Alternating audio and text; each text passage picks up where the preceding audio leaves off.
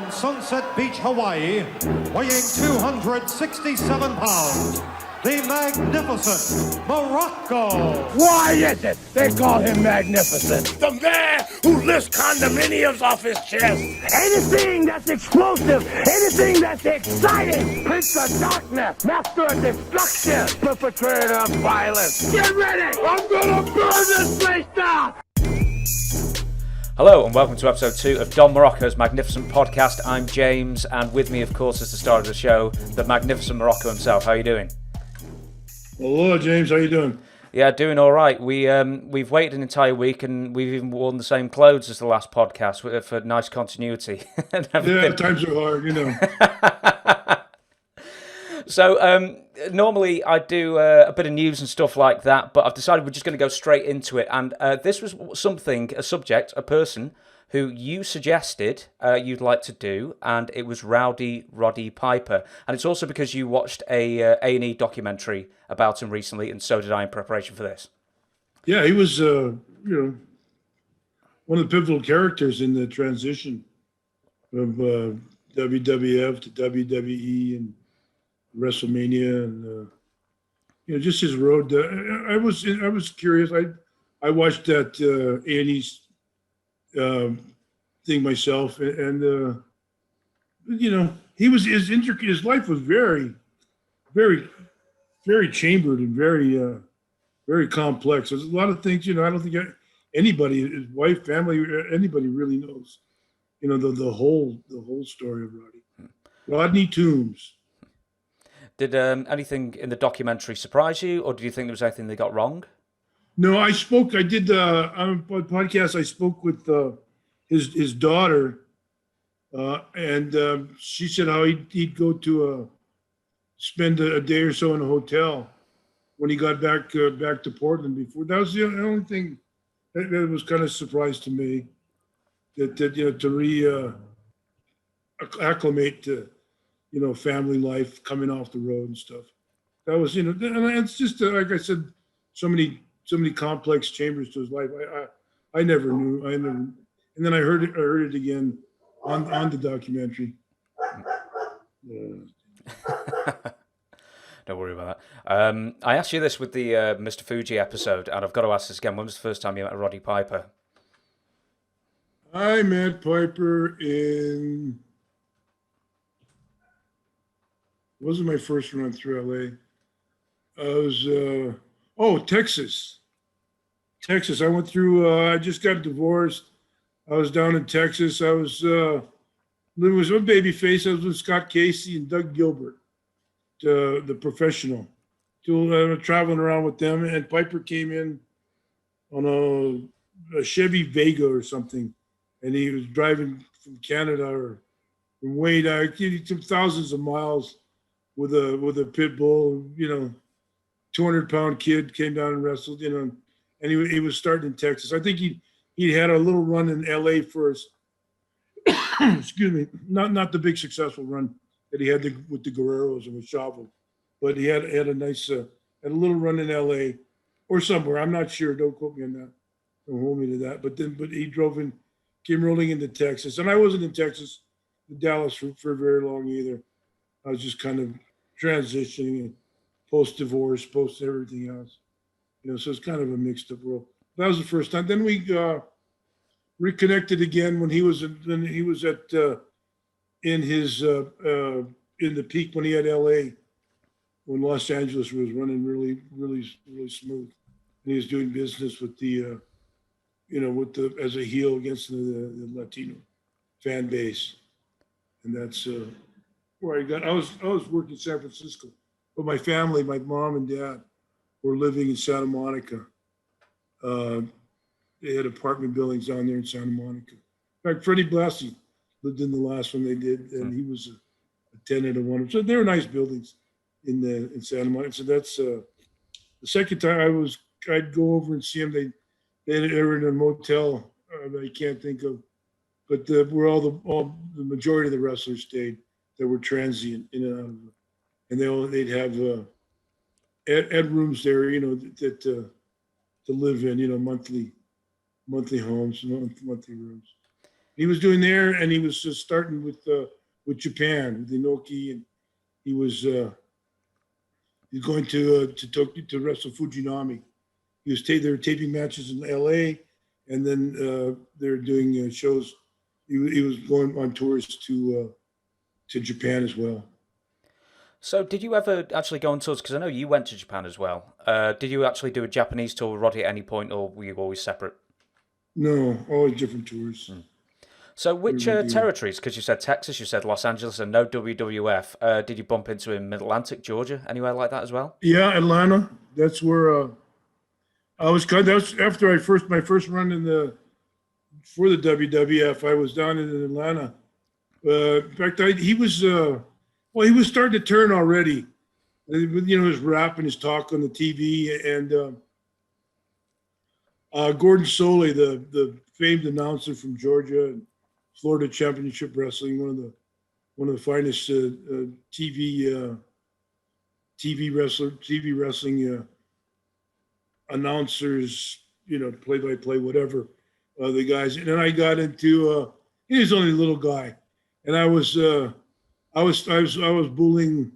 I started to bully Gordon around, and then Piper came to make his save, make the rescue, make the the thing, and it switched him around. And then we went to where the Omni. I was in Charlotte too. I was back and forth. So that was after he'd been he'd been around, and just before he went to the WWF as the time. I'll call it WWF, because that's what it was at the time. So before he made his move there, but he was doing really great in the North Carolina area.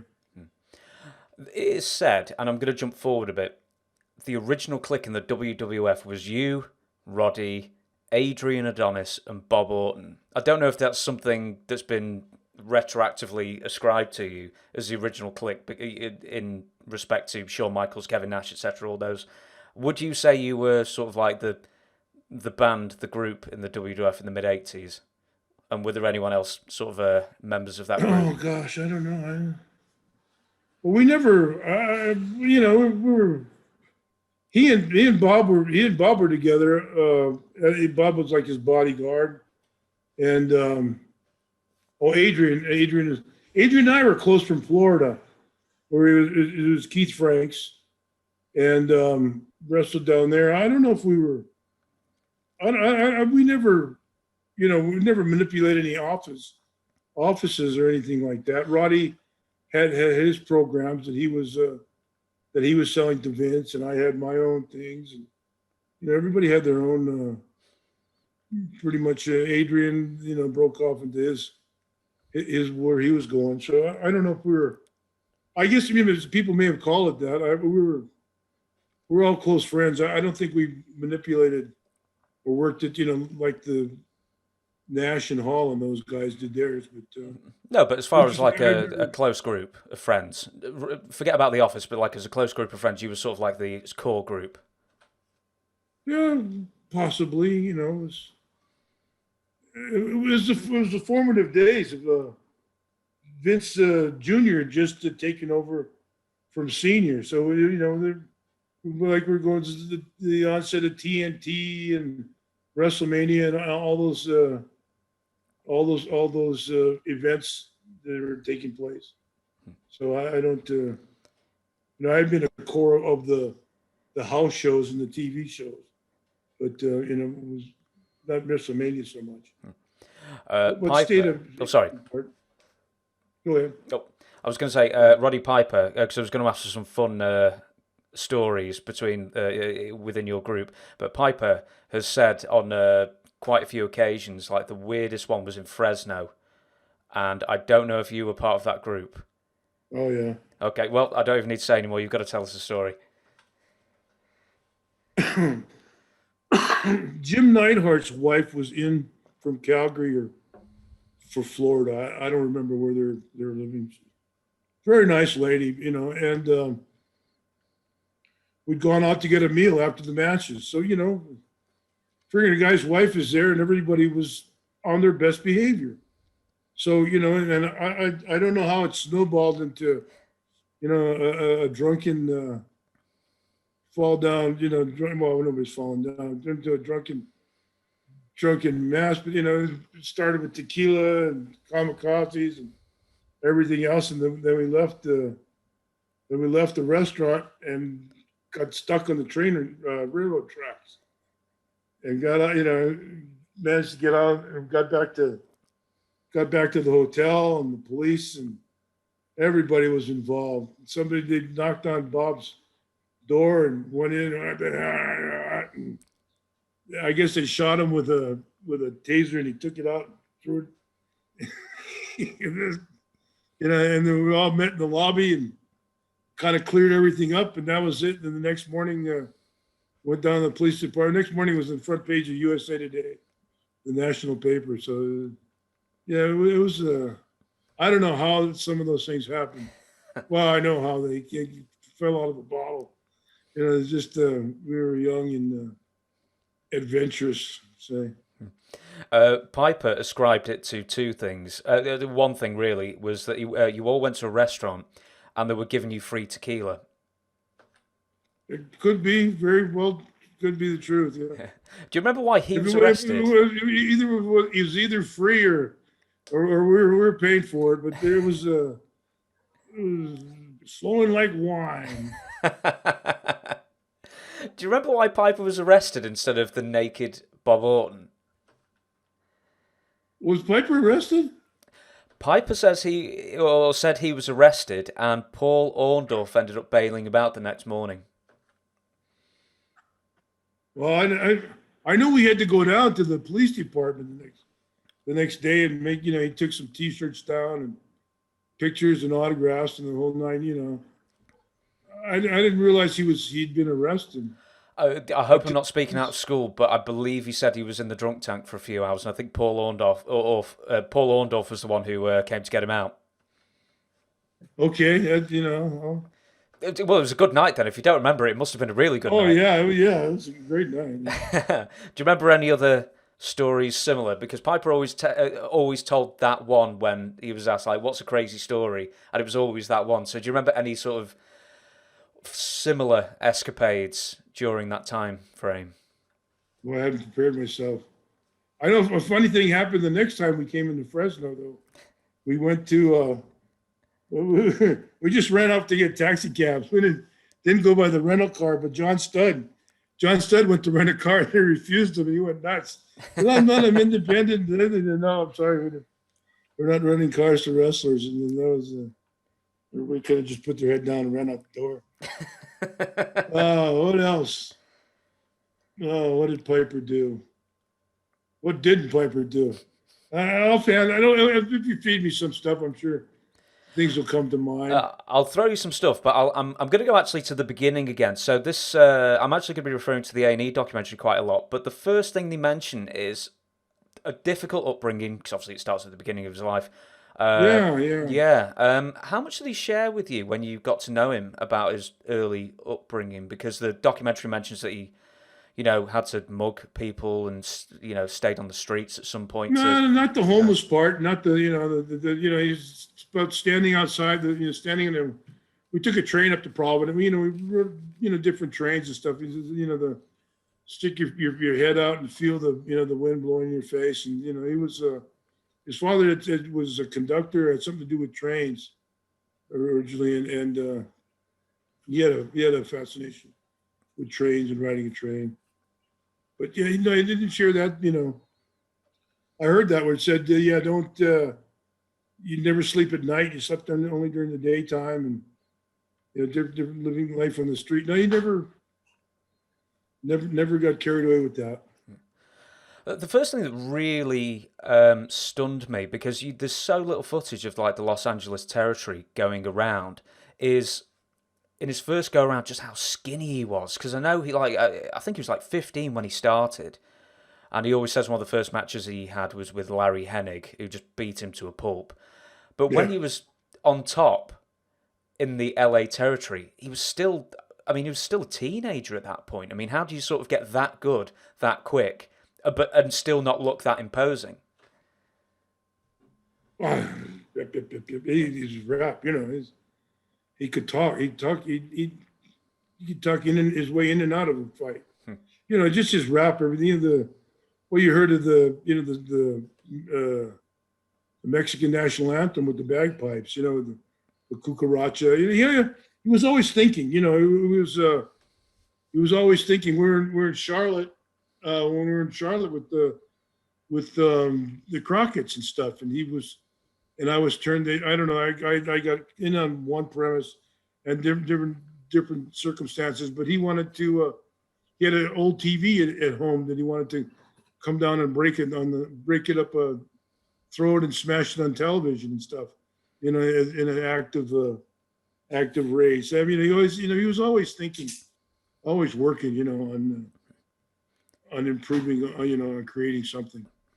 So in the documentary, it's mentioned that Gene LaBelle really took him under his wing. And I know, like Roddy says in the documentary through archive interviews, that he was like a pretty tough kid, and obviously you've got to be a tough kid to grow up on the streets and everything. But do you know Gene LaBelle well, or did you know his reputation well, and any memories of Gene LaBelle, and did he teach you, or did he offer to teach you or anyone else?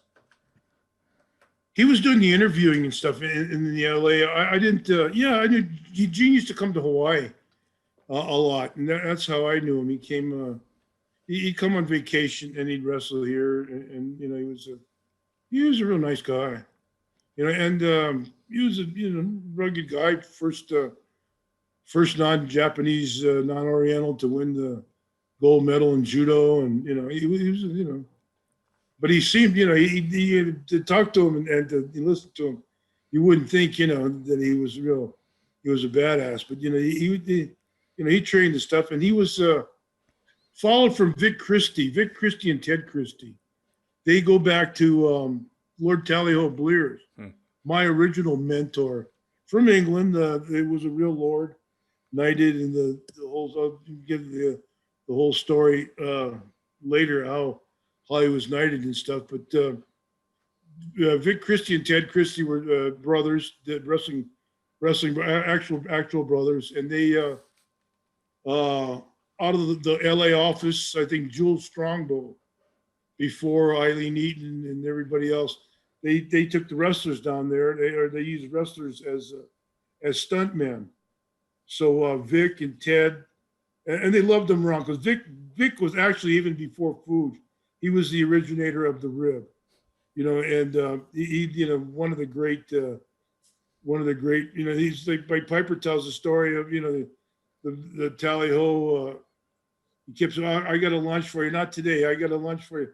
So he invited him down the beach, you sit down, have a beer, eat some chicken, and Tally-Ho starts eating, and these other people walk up, and it was their picnic, and had nothing to do with it. And Vic is behind a tree laughing, and then, you know, Vic was the one that started all that. So that's what, you know, goes back to the stuntman, the union and stuff. So from there, they got Gene LaBelle, and his mother Eileen Eaton was the head of the Olympics and head of all the boxing that came over from Tijuana and Mexico and stuff. So Gene LaBelle moved into that union head stuntman organization, and if you look around, a lot of old Disney films, and a lot of he picked and chose his, you know, not where he didn't have to do, you know, the crazy stunts, but a lot of Herbie and the Volkswagen, and he was always getting beaten up by some guy like that, you know, Gene LaBelle. So after that, and riding motorcycles, and Piper liked motorcycles, so him and LaBelle, him and Gene, you know, I guess that's how they, you know, established a kinship there. Yeah, I always love Gene's phrase where he said, I used to win every single judo match and never made any money whatsoever. As soon as I got into wrestling, I lost every match, made a fortune. Yeah, but that's not, you know, his mother and his brother were running the show. You know, he was getting a piece of the roller derby, a piece of the boxing, piece of the wrestling. So yeah, it was a lot better than judo, I'll tell you. And he had a big piece of the stunts. Had a big piece of the stunt stunt work going around Hollywood at the time. Yeah. Oh, did he have We're like talking back in the 60s now. did he have like a cadre of stuntmen working for him? Excuse me? Sorry, did he have like a cadre, a load of stuntmen working for him, and then he farmed them out and take a cut? I don't know. I don't know how intricate. I only worked LA sparingly. I was never there for a long time. I came, there was another like Calgary. I was in there in a transition period. I got a title from somebody, and I passed it on to somebody else. I think there was a Korean wrestler. I can't remember his name at the time, but I was only in there, 4 to 6 weeks. I was kind of biding time. I always spend my time up in San Francisco, Northern California. I wasn't too interested in LA. Well, LA's really famous for the Guerreros being one of their home territories. But did you wrestle the Guerreros much, and did you really face them more in Texas, or where would you have seen them, and what did you? Who would you Mondo. wrestle most? I wrestled Mondo a lot. The second younger than after Chavo. I knew Mondo was over here in Hawaii, and he was up in Northern California, up for Roy Shire. So I wrestled. I hung around with Mondo and knew Mondo a lot. He was a character. He reminded me of Cheech and Chong, just like that with the car. Hey, yeah, let's go, baby. Hey. He was a cool dude. Still is. He's still alive. Did you ever? I don't suppose you would have ever wrestled Eddie, even as a very little boy. Who? Eddie Guerrero. No, I don't know. None of the other Hector, Eddie. No, only. I knew Chavo though. I don't think I ever wrestled Chavo. But yeah, Mondo. Never Hector or Eddie. No, I was gone, but I was pretty much out of business by the time. They came through New York. You mentioned the La Cucaracha Mexican theme that you played, and just the audience went raw, just absolutely went crazy over it.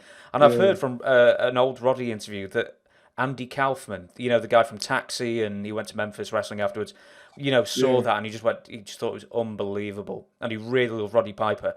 But this is more of a question for you: do you remember any celebrities back in the territory days who were sort of hangers-on for the wrestlers and were big fans of the wrestlers, and particularly for you? There were always guys, there were times that, the celebrities would be around. I'm sure that none for me. I wasn't a Hollywood guy. Later as a heel maybe, but I wasn't really...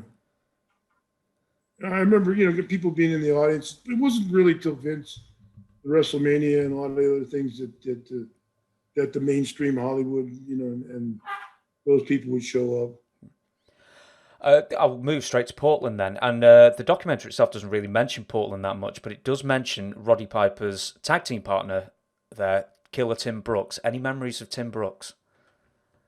Didn't know Brooks. Never didn't know Brooks.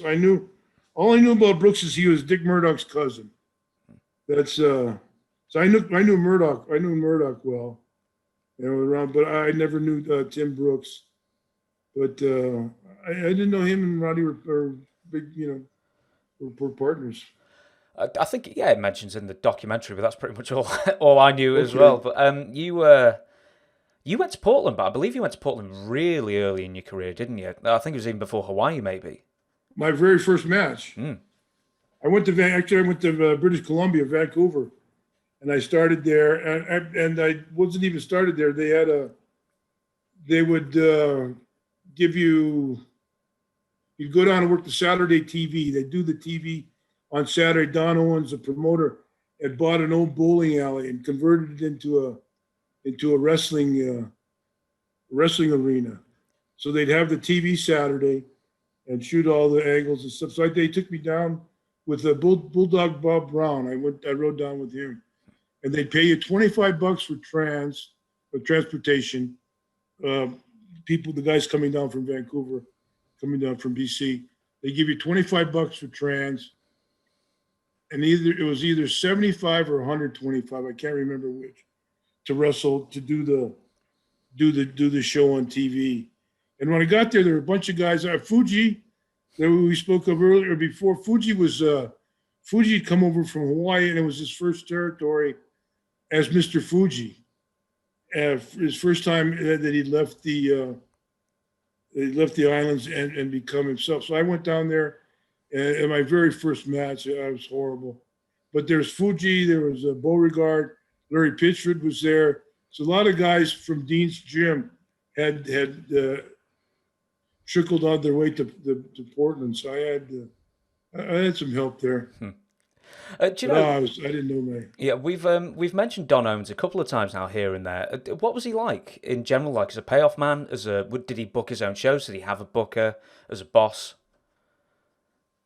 Whether he had a booker or not, I don't know. I think guys like Lonnie Main or Roddy or whoever Dutch. I think eventually Dutch Savage became his booker because Dutch lived up around Seattle or something there. But the Dutch Savage was.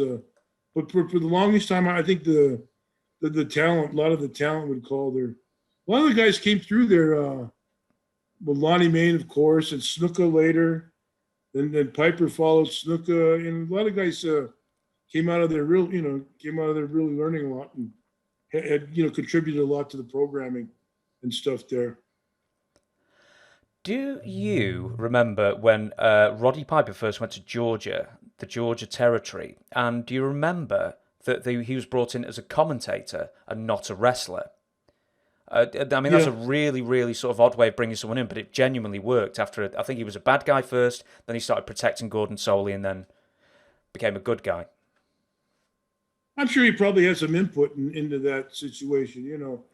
I don't think he was always working behind the scene to take care of his brand and to take care of his image. So I would imagine. I don't know offhand, and I can't say whether it's true or not, but I would imagine, a lot of it was his own conception to start off and to branch off into wrestling. Yeah. When you at the beginning of this episode, you mentioned that you feuded with Roddy. When was this? Pre-WWF? In Atlanta. It wasn't long. It was just a quick thing, and I left. I left Georgia.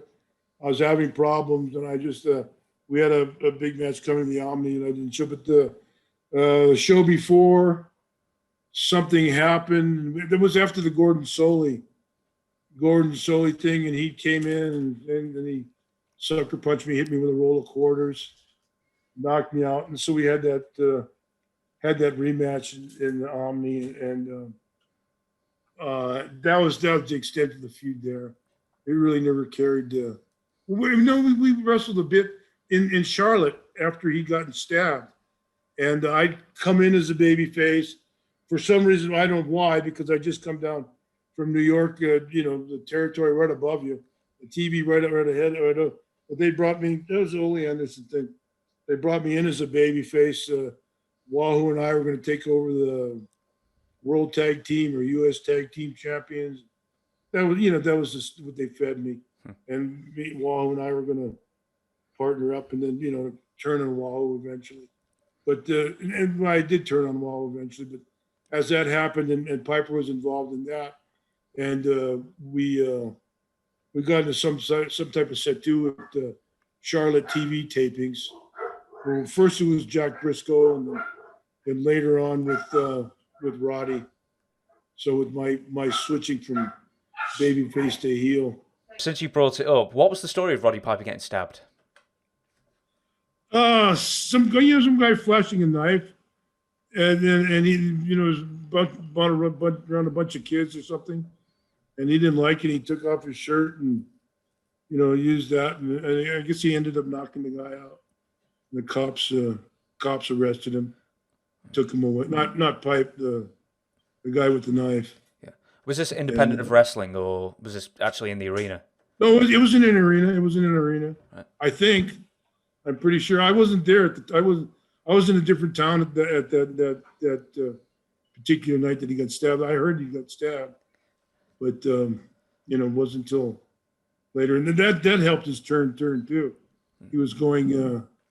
They sold that as a the thing, and then as he turned in Charlotte, that helped him turn too. Well, when he was a good guy, he was facing Greg Valentine for a very long period of time, and Greg Valentine used to say it's the year of the ear, and he used to focus on his ear constantly, punch him in the ear, and it eventually led to the dog collar match in the first Starrcade. Now, I imagine you probably did watch that match and the first Starrcade, but I was wondering, because you were in the WWF at the time, what was the buzz going round that the other company, probably the closest competition with the AWA at that time, was coming out with such a big show, and they were doing it closed circuit TV? Those guys were doing fantastic business. Mulligan and Flair and Steamboat and Paul Jones and Boogie Woogie Man, and just a cast of guys. I think Ole was booking there too. And they had Dusty going in and out, and world champion Harley was so they had all kinds of talent, and it was well organized and a well conceived territory with the TV and stuff. And from what I hear, the guys were making fabulous money. Mulligan and Paul Jones and Mulligan and a couple guys had feuds going. Flair and Mulligan. It was when Flair really started to make his name, his name in the national, international scene, and all these other guys. It's just it's a tremendous territory, and why they went under, I have no idea. They just lost, and probably losing talent, and Vince was taking talent, but there's no reason. Well, management, I usually you tend to management because talent's talent. Everybody's, all the crews have got talent, and it depends how you use it, and how you construct your programs, stuff around them. Speaking of talent and talent leaving, so we're talking about December 1983, so within about a month's time, and you're obviously in the WF territory at the time still, we've got Hulk Hogan, Mean Gene Okerlund coming through, Dr. D, Paul Orndorff, I think, was around that time, and then in a few months' time, just everybody's coming in. I suppose it's a bit of a big question, really, but as someone who's like an incumbent, like establishing the WWF for quite a few years at that time, what were your opinions of so many top-tier talent coming into the WWF territory in one big go? I mean, I don't suppose you're ever insecure enough that you were thinking, crikey, this is going to be tough to sort of compete with all this competition, or were you welcoming more people in and at the top and thinking WWF was going to, rise above all the other territories? There was a lot of pie to go around. There was money for everybody. And it got to the point where they're running 3 major towns a night, all over all over North America. So there wasn't it wasn't a fear of too many guys coming in. It was it was having enough bodies to fill all the spots.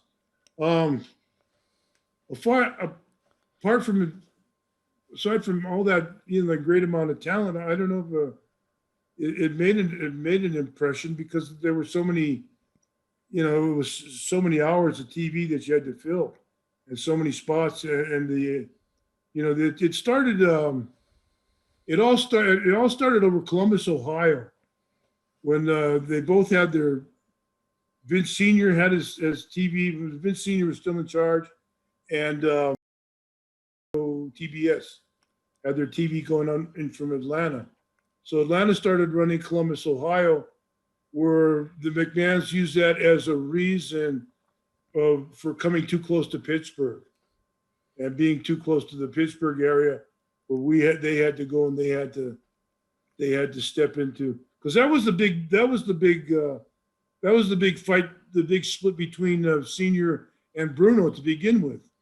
Bruno wanted Pittsburgh and all those towns around Pittsburgh and Altoona, all those western Pennsylvania area up into Erie and that whole area. Bruno wanted those towns, and Vince Senior wouldn't give them up. So that led to their first, or one of their first. I don't know. Obviously money was but that's what Bruno wanted. Bruno wanted Pittsburgh for his, and it was the territory days. So Bruno wanted Pittsburgh. I think he had a TV at the time. That's where George Steele started. And a lot of guys got their Bill Eadie, the Mongol. And so Bruno had his own TV. Bruno was idolized. So he had no problem getting backers from, I don't know whether it was gangsters or people with a lot of money. But, Bruno was a legendary, he still is, legendary character in the East, on the East, New York, Boston, Pittsburgh, Bruno. So Bruno not having, that was the original. So, God, how did I get off into this? I don't know. I was just interested in it. I'll tell you. I'll ask you a different question then. Do you remember the first show that you went on, where it was really clear that you were going into enemy territory, as part of the WWF machine? Oh no.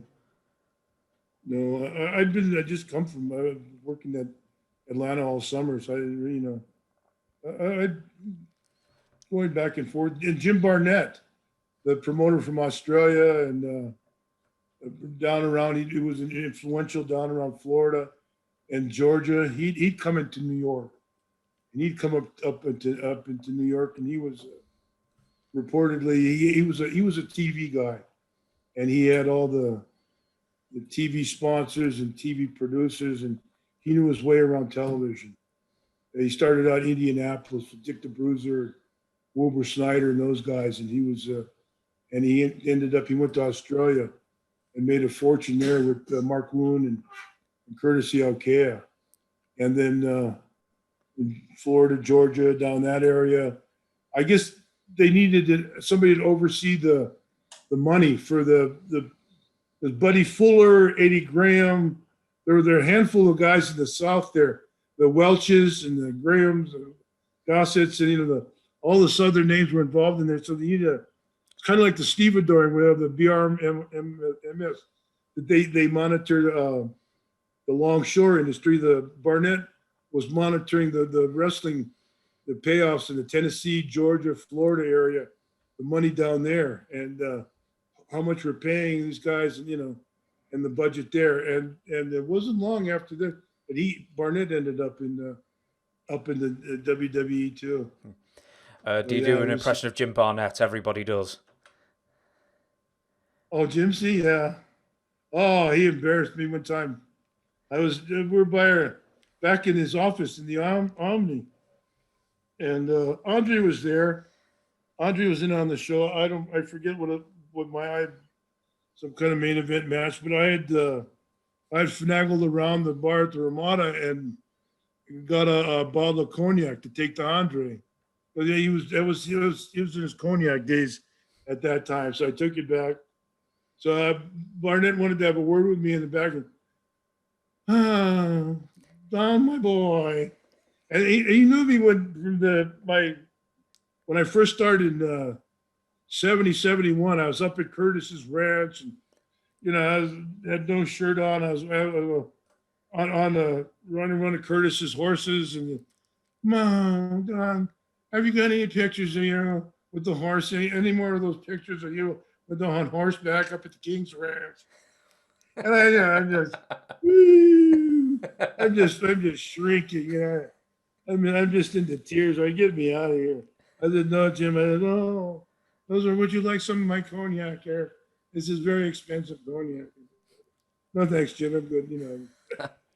There are other times, Oh, have you any pictures of you with the horse there up at King Curtis's ranch? When Jefferson Curtis is getting divorced, and he was his first wife in Australia, and he had the big ranch up there. And she didn't have citizenship, so Fuji and his best friend, the guy that took over the crowd, Fuji and his best friend, they used to do TV tapings on Saturday afternoons at the KGMB TV in Honolulu, and it was the biggest show of the week. It was a live studio taping, and Fuji and his buddy had gone over to and Curtis was back in Honolulu, had gone over to everybody's dead now, so it doesn't matter. And he'd gone over to Torch Curtis's ranch, so his ex-wife wouldn't get her hands on it. So Foots didn't know those guys didn't know what the hell they were doing. They poured gas all over the place, threw a match, boom. they got blown right out of the door. This gas is actually a gas, So they're going. It was like something out of Animal House or something. They're back at the airport with their clothes on, their clothes all tattered, smelling like smoke. Getting back on the airplane, going back to Honolulu. Flew in for the morning. Flew out the same morning. Just burnt down Curtis's A-frame in Maui, and going back in Tally-Ho announces on TV that afternoon. Oh, big props for Curtis the Bull. It says his ranch caught on fire this morning and burnt to the ground. We want to offer our sympathy. It was like you've seen that like a Pink Panther movie or something. If the bomb goes out, the guy's standing there and his suit's still smoking and it's all tattered. And they smelled like a burnt piece of toast. Oh my God! There was nothing they wouldn't do. Those days.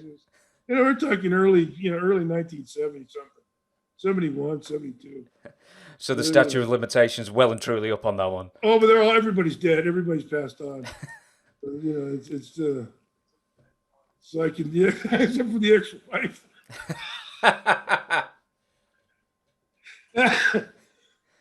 So if she ever hears this podcast, somebody's in trouble. Not me, but I had nothing to do with it. I was putting all things together in the past. What happened? It was an amazing ride, I tell you. Right, if anyone knows the ex-wife, please share. I'll make this a video, and please share it with her. Find out where she lives, and please share it with her. She's a canoe. She's the canoe club. My friend's canoe club here in Hawaii. Still here, and then 2 daughters, nice ladies, but both doctors or something. Both well educated. His last pair, Curtis went through like he has kids all over the place. And one ranch down. Never mind. Oh, it was in the past. They'll get over it probably, unless they ever hear this again, of course. Oh, that's God, 50 years ago. Right. Right, we're going to get back onto Roddy Piper then. And the first thing he does is, I think, he is blowing up houses. Do you know what? If there was somehow we could do like an entire podcast of just blowing up houses and just stories of houses getting blown up or burnt to the ground with Fuji in them all, hopefully. That's all I know. As far as I think, stuff comes to mind as it hits a button everywhere. But there's a lot of buried stuff down in my head. Well, I will go back to Roddy Piper now. There's one thing I do want to know is he refused to wrestle certain towns. Do you remember ever? Did you know that originally? I think he refused to wrestle in Portland because he liked Don Owen. And I know he wouldn't. I know he wouldn't work. I know he wouldn't work Portland against Don. Or later, or they made peace or had an understanding or something where he finally did. But. So when Roddy Piper went in, one of the first things he did was, of course, talk again. So he was in the Georgia territory, and he was a commentator, and then he transitioned into wrestling, and then in the WWF, he was mostly talking doing Piper's Pit. But he was taking over from Buddy Rogers' Victory Corner. Did you ever appear? And I'm asking this. I know you did appear on Buddy Rogers' Victory Corner. And how was Buddy Rogers at this point in his career? Was he still sort of the man at this time? And do you remember doing the interviews with him? Well, Buddy, when I broke in and all the guys, Buddy Rogers was the man. He was pretty much stood out alone. He was the one that manipulated territories and everything else. And I worked.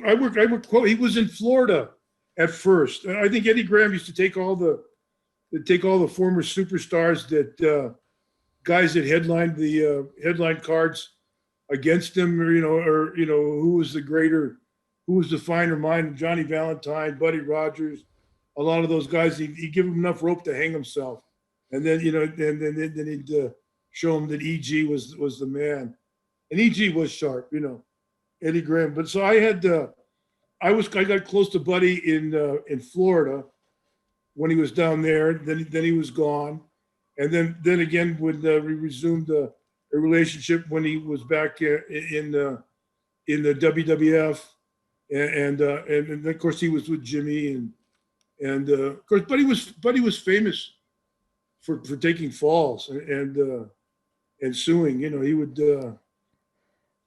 I went to Larry Sharp. I drove up from Florida to New Jersey. As I was staying with Larry Sharp, Larry Wheel had the Monster Factory, New Jersey, one of the first wrestling schools in the United States.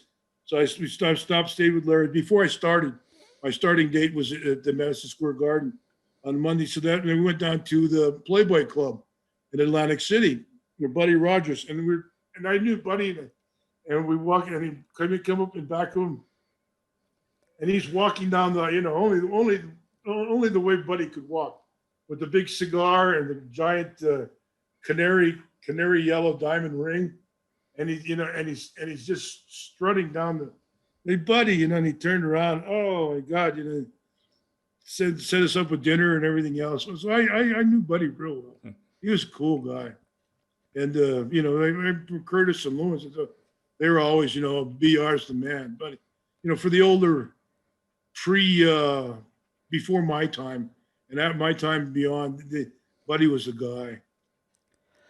So but for Piper's Pit, it was just a natural, and I think he'd been doing portions of that before, but it just fell, and he could do that with anybody, Yeah, I sort of look at some of the old archive stuff, and I wonder how Buddy Rogers could have been so bad as an interview host, because he just wasn't that good. And then Roddy Piper takes over with Piper's Pit, and he was revolutionary, amazing. Yeah, well, maybe that was it. The difference. But nobody was like Piper. Before Piper, there was no. There wasn't any. There were good. There were good promo guys. I never had that idea or the concept of, having my own talk show or something. So, these are things all like I said, his brain was very compartmentalized. So, these are, ideas that came out of his head, I'm sure quite a bit. Did you ever have and I'm sure I know the answer to this, but did you ever have a list of questions Roddy might ask you when you went on the thing, or was it just completely off the cuff? Whatever happens, happens. Off the cuff. Just if there was a point to be made, if there was a type of focus where we were going after a type of match or an individual or something. I saw one that they ran. We're just blowing smoke up each other's backside, being telling, "Oh, you're great," and I'm, I go back, "Well, you're great."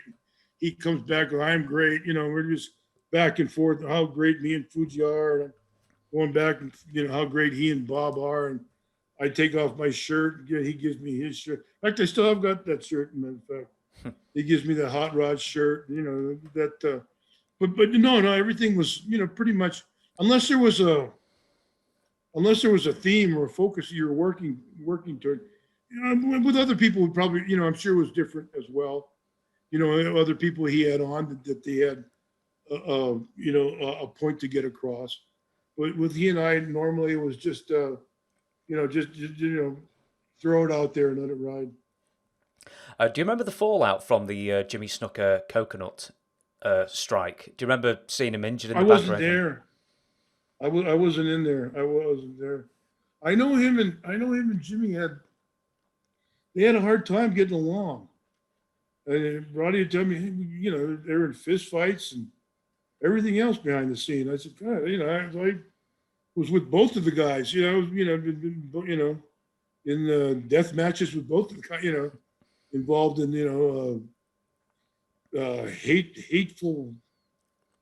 hate-filled feuds with both men. So and I never had a problem with anybody I worked with.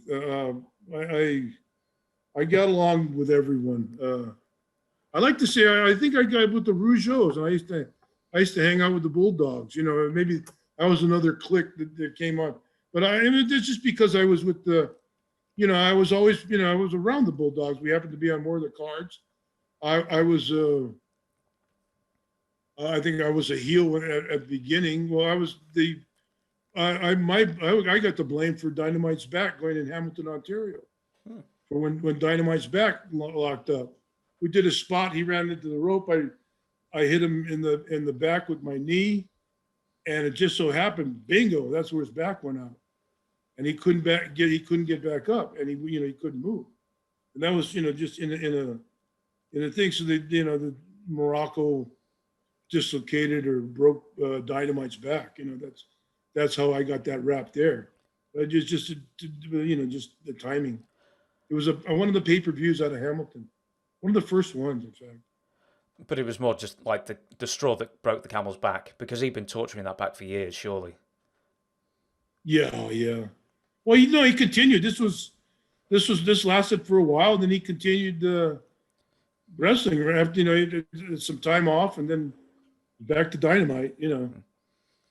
At the time, he was basically indestructible. He was a rugged kid. I remember the first time I met him, they used to have a block arena show on Pearl Harbor on the naval base. And Peter Maivia had, there was another English boy in here with him too, but he had Dynamite in there demonstrating holes to the fans. And he was belly to back suplexing these guys. And I said, Peter, what are you doing to these kids? I said, they're going to kill somebody.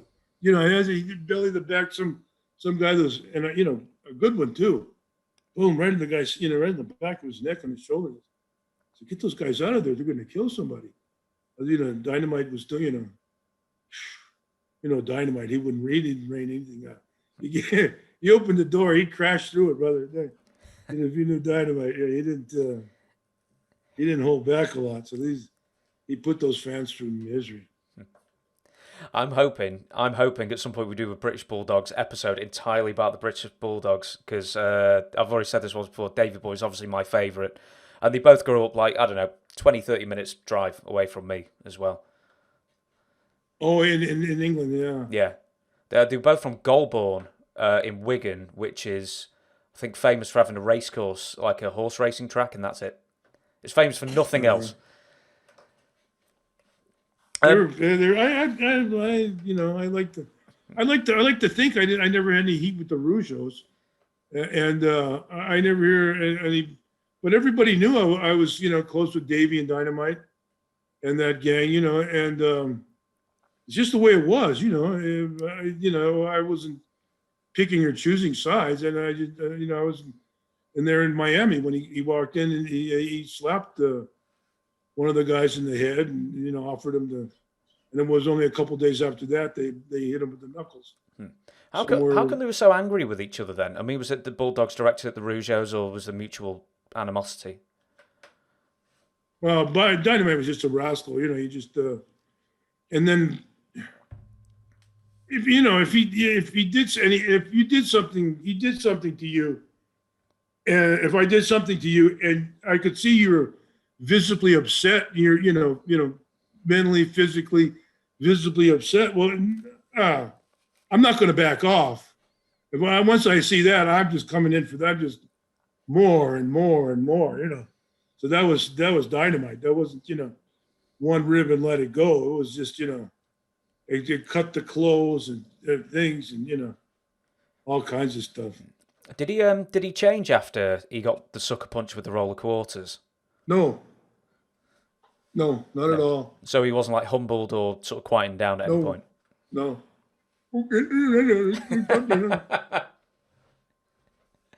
That's it. I wasn't there, and who was there besides? He just got up, spit out his teeth. Oh, not bad. Good shot, you got me. That was about it. And Vince called them up and told them all to knock it off or you're fired.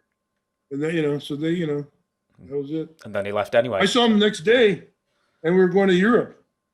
And he was at the airport, and all his 3 or 4 front teeth missing. And he was, I heard that he got the money from Vince McMahon to repair his teeth, and then he just spent the money on something else instead. Could be. I wouldn't be surprised. Right, back onto Roddy, and I will ask you, and it's a big question, I suppose, how true is this following statement, there is no Hulkamania without Roddy Piper? Ooh. No WrestleMania. And probably somebody else would have fit in that spot, but I'm sure he contributed most of the. There was Hulkamania. Hulk was right place, right time. 6'2", blonde hair, 305 pounds. Looked the part. Yo, brother, talking and everything else. But the Mr. T and the boxing, and I think that was kind of like Roddy's Waterloo, that he didn't want to put Mr. T over. So, because I guess he was training with Lou Duva, the boxing trainer. Yeah, nobody else. Everybody was getting smart in those days. I remember I made $2,000 or $2,500 just to take a couple bumps for Mr. T up in Boston, because they were breaking him in. He was traveling around on the circuit, looking out. I guess to kind of get him used to big crowds and big, because you're an actor and stuff. You don't perform in front of a live crowd. You don't get that, that 18, 25,000 people reaction, screaming, yelling, screaming for blood, that you get, when you're on camera or on film or you're fighting in a bar or something like that. That's what separates professional wrestling and a lot of professional sports, I think, from the, a lot of the acting or other categories, is that, taking people and bringing them up and letting them down, hearing them explode, and so one of the greatest reactions I ever heard is I took, Roddy was having a spat with the Office at the time. So I took his place in a tag team with Bob Orton. I'm pretty sure I took his place. I don't think I was scheduled for it, but I took his place in the tag team main event, and we're wrestling Hulk and Snuka, and we worked a spot out there where Jimmy came off the top rope. I caught him as I'm going down. That cast Bob used to wear, he takes it, boom, slams Jimmy across the head. Jimmy starts bleeding. We work over Jimmy for a while. As he's going out, making the tag to Hulk, we drive Snuka to the floor. Makes the tag, in comes Hulk. 20,000 people go absolutely out of their mind. As loud as you can imagine, Boston Garden. When when you're a heel, that type of reaction, is just as much yours as it is to the guy they're cheering for. You work for that spot. You work for that moment.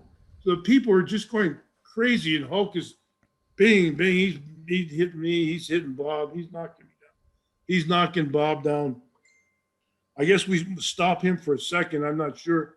Must have, but Snuka works his way back up to the apron. He stands there and does that crucifix thing he does with the blood, and he's all covered in blood. And the people go double high again.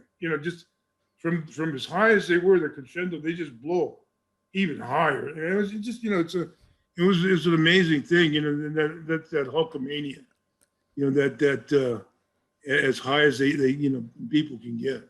Yeah. So it's that you have the pulse of the people in your hand. You have the emotions and everybody, and you're working for that. You're taking over, and you're laying back, or you're going. So when it happens, it's yours. Did Mr. T ever fully grasp wrestling? And also, so as far as I can understand, absolutely no one liked him. I don't know if no one liked him.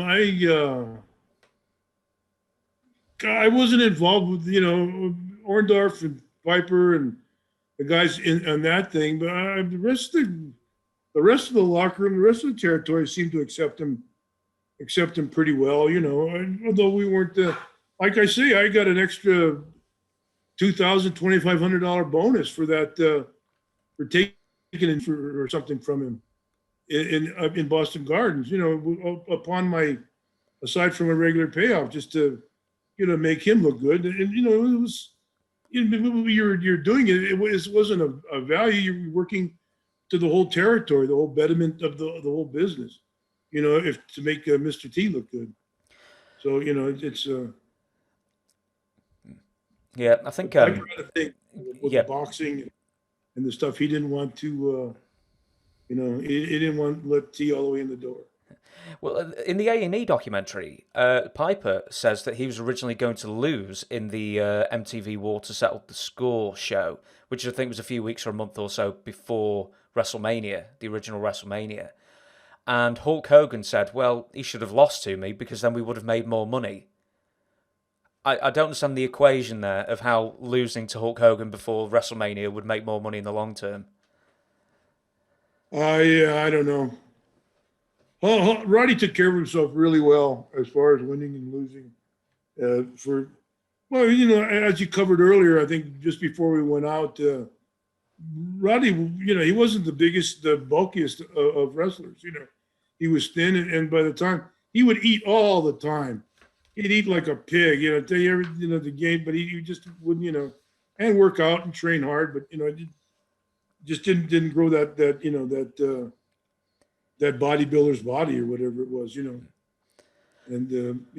I don't know their business. I don't think Hulk ever pinned him. I think it was always a count out or a disqualification or something like that. But then you got to look at what the type of what Roddy was with the bit, the talking, all the annex that he was involved with. That that him losing would take a big shine off of his off of his repertoire, off of his image. I think so that's why he protected himself. Unless he was slight, Hulk was 6'6", 300. Roddy was what, 6'2", 6'3", 220 on a good day. So it's a. Do you remember why Roddy left after WrestleMania 2? He seemed to go for about 3-4 months. So this is 1986. No, probably a fight with the Office. I would imagine. Difference of opinions with Vince. Things are moving hot and heavy in that period, and maybe it was a case like that. They wanted Hulk to go over somehow or somewhere. So I don't know why, or maybe he just wanted time off. He was burned out, needed to get away. I don't know. Do you remember, and you mentioned it already, so I know you do, but I think it was given like a -5-star write-up by Dave Meltzer or something. It was so minusly bad, the Roddy Piper versus Mr. T boxing match. Do you remember watching that? Or were you... I don't even know which arena you were in, actually, for WrestleMania 2. Were you in the same arena as they were, or...? No, I was in Nassau Coliseum. I was wrestling Paul Orndorff that night. So I was in Nassau. So I never saw. I don't think I ever saw that about that event. So in the intervening months after Roddy Piper leaves, Adrian Adonis takes over the pit and then renames it the Flower Shop, and you've got to have a good Adrian Adonis story or 10. Oh God, he was. Adrian and I were good. We were friends before he became. Huh? Yeah, introduced me to my wife. Adrian, yeah, Keith Franks in Florida. We hung around. He was. I wasn't there, but Hulk tells stories about well, I went to one. They took us to one. Yakuza took us to one strip club in Japan, and every place. You think all these other places are, but this is almost like a production. They'd have the stage, and they'd go and they'd flicker the lights off, and the guy, because they have nothing. We were just there with our mouths agape. But Hulk tells about the time that they had the break there, and next thing you know, Adrian comes running down the runway covered in bubbles and dives on the stage, and slides across the entire stage, all bubbled, all sudsed up. I wasn't there, man. Hulk tells the story, and it's funny, and I can imagine because they took us to one of those strip clubs. And those places they're not, they have hear them in Singapore, or Puerto Rico, and other places like that, and you just go to take a look, and they're seedy and nasty place. But these places, this is like it wasn't a sterile environment by any means, but it was a nasty place. But the way it was organized and the way they had it as set up, the different rooms and between acts, and it just mind-boggling. I don't think even the United States has anything like that at the moment. I don't know, maybe Belgium or Brussels or something like that. I wouldn't know. I've been Germany, and it's pretty bog standard in Germany, so I can knock off Germany from that list. But I've been walking down the streets in Brussels or Amsterdam or something. Sitting in the window and stuff like that. It's pretty, pretty enlightening. It's pretty liberal, isn't it? But Adonis used to, he would, he was just fun. I don't know, too many things I can come across.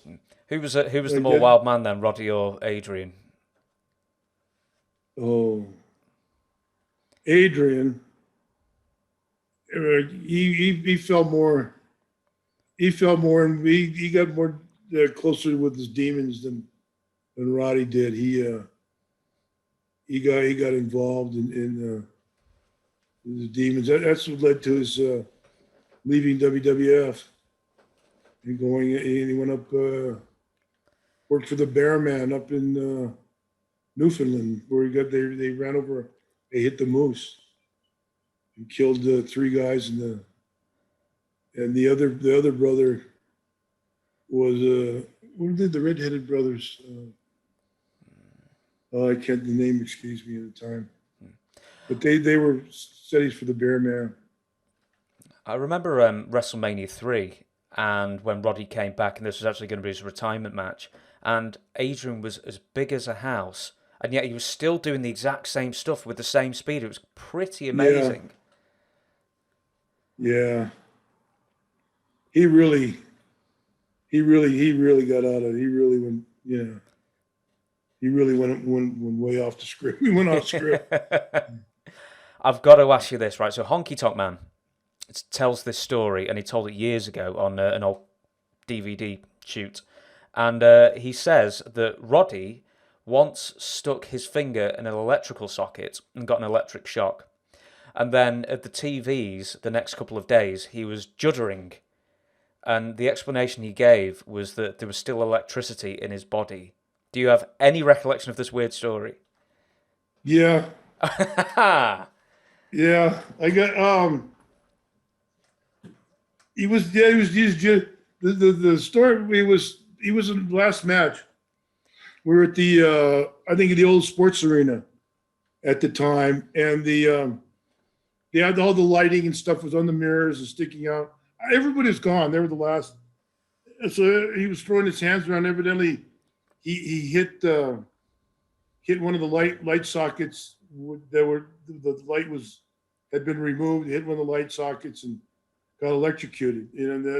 I wasn't there. I didn't see. But then afterwards we had the Detroit the Pontiac Silverdome WrestleMania, Andre and Hulk. And he was, he had that. I don't know if that's a symptom of, electric shock or not. But I remember the shakes. He and Honky didn't get along too well for some reason. So he'd never shut up and doing the commentary and stuff like that. So they weren't for some reason they weren't pen pals. Even after they left. I don't know what the story. And it turned. Comes to money. Always breaks down to that. Wanting position, somebody being in the way. Did Roddy actually try to explain to you that electricity was still coursing through his body days later, and that's the cause of it? Yeah, but they said those were after symptoms of being electric shock. which I have no idea. I've never been, but he was, yeah, he'd do that and then be talking, Oh, kind of he was go on. pulling your leg, wasn't he? Because he was going filming the film after that, wasn't he? He must have been like in character. Could be, could be. He worked it till they worked it all the way though. He worked every bit of it. The last question I'm going to ask, and then we'll do a couple of quick ones, and then we will wrap it up for this week. And it's a pretty big question, I suppose. Again, is a lot of the end of the documentary, the A&E documentary on Roddy Piper, deals with loneliness on the road and how to cope with it. And the question is, how best did you cope with life on the road and being away from home and everything? Because I know on occasions you just left and then went back to Hawaii for a couple of months or a few months when you were burned out and then came back again. But when you're on long stretches, how did you best cope? Booze and drugs. Yes, pretty much. I guess, everybody has their own, it's just, it was a vicious cycle. You get start off on a trip, you get to the town, you get your rent a car, you eat, you go to the gym, you go back for a rest, you go to the town that night or the building, you work, you come back, the bar, nightclub, wherever, the restaurant, wherever you knock down some beers or drinks or whatever and repeat the cycle the next day. That was pretty much life on the road in those days, no time off, you didn't see your family. I flew my family to Cleveland on a Thanksgiving for the first Survivor Series. And Vince had the whole cafeteria full of turkeys and pumpkin pie and the whole 9 yards, And everybody, had Thanksgiving for everybody, So it was, just, yeah. Booze, drugs, working out, whatever it was.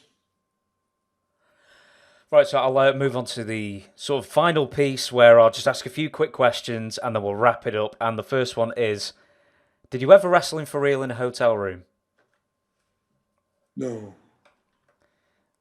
I know him and Bret Hart, and a couple other guys.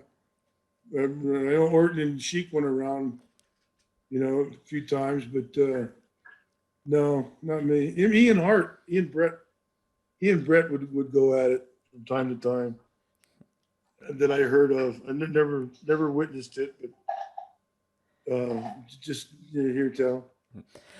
Did you ever watch the 2003 interview he gave to HBO, where he basically just commits career suicide on it?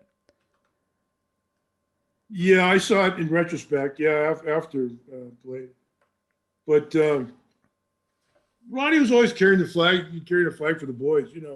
He would stand up for. He stood up for Jimmy Powers when they gave him the key to the hotel room to meet the guy in the hotel. Then Jimmy did. He told Roddy, and Jimmy and I were close friends. But he's the one that told Roddy about it because he figured Roddy, be out, have more of a freeway to the office to complain about it because they had their own little clique in there going of Garvin and such. So Roddy took up carry the banner for a lot of the underdog guys. In fact, I learned from him. I learned the TV money. He would. That's a habit I picked up from him. When we weren't the TV tapings at Allentown and Hamburg, the wrestling TV there, I think we were getting $75 to stand in a lot of these dumpy buildings all day from 11, 12 o'clock, all day and into 11 o'clock at night. 3 hours of wrestling promos all day long. Different guys going through all your cities and towns that you're going to be wrestling in, and all the different individuals, the breakdowns and stuff, and then going and doing 3 hours of wrestling after that. So that's phew. That makes it hard to remember a lot of things at this point. Bret Hart in the documentary talks about fan assaults and fans trying to run him off the road. Do you remember? I mean, were fans particularly going after Roddy because obviously he was among the most hated wherever he went. But do you remember any times when fans really went after him? No, I never. Who was it? Bret Hart. I guess, who were they? They were following some guy on a motorcycle. They're trying to. The guy wouldn't let him pass. He kept, and Bret drove. He drove like Harley Race. Bret was a fast driver, so I guess they finally got around, and the motorcycle guy would slow down and whatever. So they finally got around the guy in the motorcycle, and when they did, he just slammed on his brakes, and the guy went on the side. And then there was Carl Cox did the same thing. Another motorcycle guy. The guy ran the guy off into a field. Carl had his 45 and started shooting in the air. The guy's head. Different. There were times like that the boys did go through them. I don't know if Roddy did. I never did, but I've heard stories. And from believable sources. And one last story from you that encapsulates, easy for me to say, Roddy Piper, that I've not brought up and that you want to make mention of.